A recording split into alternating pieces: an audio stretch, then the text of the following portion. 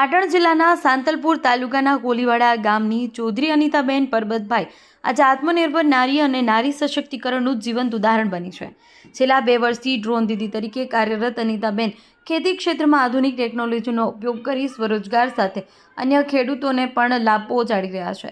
અર્બુદા સખી મંડળ દ્વારા તેમને ડ્રોન આપવામાં આવ્યા છે, જેના આધારે તેઓ ખેતી સેવાઓ સફળતાપૂર્વક આપી રહ્યા છે। અનિતાબેન ડ્રોન દ્વારા ખેતી પાકોમાં છંટકાવ કરવાની સેવા આપે છે અને તેઓ જણાવે છે કે તે દિવસમાં અંદાજે 20 થી 25 એકર વિસ્તારમાં છંટકાવ કરવામાં આવે છે, જેને કારણે ખેડૂતોનો સમય, મહેનત અને ખર્ચ બંને બચે છે। પાકની ગુણવત્તા પણ સુધરે છે। તેમની મહેનત અને કુશળતાના પરિણામ રૂપે વર્ષ 2024 દરમિયાન 1100 એકર વિસ્તારમાં ડ્રોન છંટકાવ કરી ₹7,26,440ની આવક પ્રાપ્ત કરી હતી, જ્યારે વર્ષ 2025માં અત્યાર સુધી 900 એકર વિસ્તારમાં કામગીરી કરી ₹4,50,000ની આવક હાંસલ કરી છે। પરંપરાગત રીતે પુરુષ પ્રાધાન્ય માનવામાં આવતી ખેતી અને ટેકનોલોજી ક્ષેત્રમાં અનિતાબેનનું આ યોગદાન સમાજમાં મહિલાઓ માટે નવી દિશા બતાવે છે।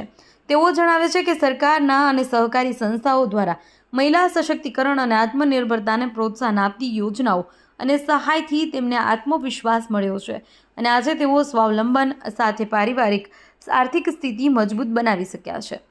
ડ્રોન દીદી તરીકે ઓળખ મેળવેલ અનિતાબેન ચૌધરી આજે ગ્રામ્ય વિસ્તારની અન્ય મહિલાઓ માટે પ્રેરણા સ્ત્રોત બની છે। તેમની સફળતા સાબિત કરે છે કે યોગ્ય તક, સાધન અને હિંમત હોય તો ગ્રામ્ય મહિલાઓ પણ ટેકનોલોજીના સહારે આત્મનિર્ભર બની શકે છે અને નારી સશક્તિકરણને સાચા અર્થમાં સાર્થક કરે છે।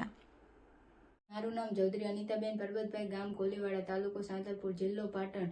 મને અર્બુદા સખી મંડળ અંતર્ગત ડ્રોન મળેલ છે અને હું ડ્રોનથી ખેડૂતોને દવા છાંટી આપું છું અને મારી વર્ષની આવક 7 થી 8 લાખ છે અને હું રાજ્ય સરકારનો ખૂબ આભાર માનું છું કે મને નમો ડ્રોન દીદી અંતર્ગત ડ્રોન મળે છે અને હું પોતાની રીતે આત્મનિર્ભર બની શકું એ માટે મારી કમાણી સારી છે અને હું લખપતિ દીદી પણ બની ગઈ છું।